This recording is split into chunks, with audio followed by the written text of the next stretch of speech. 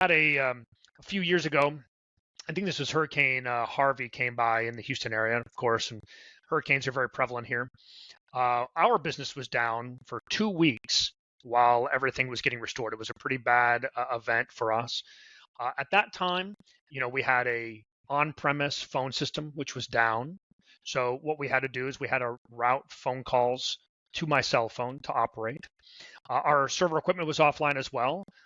So what we did is we had handwritten tickets that we would write, and then we would just dispatch out people as necessary. But that's not a great plan in those types of things. So we ended up making choices to make sure that the phone system was going to be up and running. So we went to a cloud phone system that isn't dependent on the Houston area.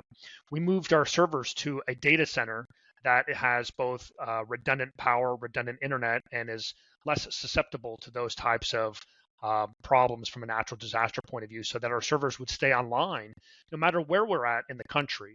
So then at that point, the staff could pick up, go somewhere that has power and internet, and continue to operate normally, or at least as normal as possible.